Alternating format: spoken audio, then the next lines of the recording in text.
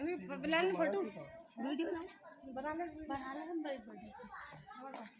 बड़ी बड़ी वीडियो डालो नहीं है त्रिपोलिया गेट है 3 दरवाजे त्रिपोलिया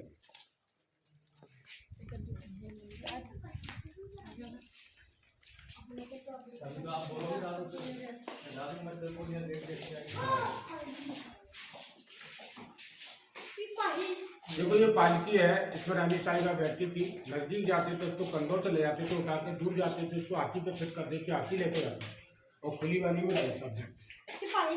क्योंकि पहले रानी पर्दे में रहती थी तो बंद पालकी में जाती थी।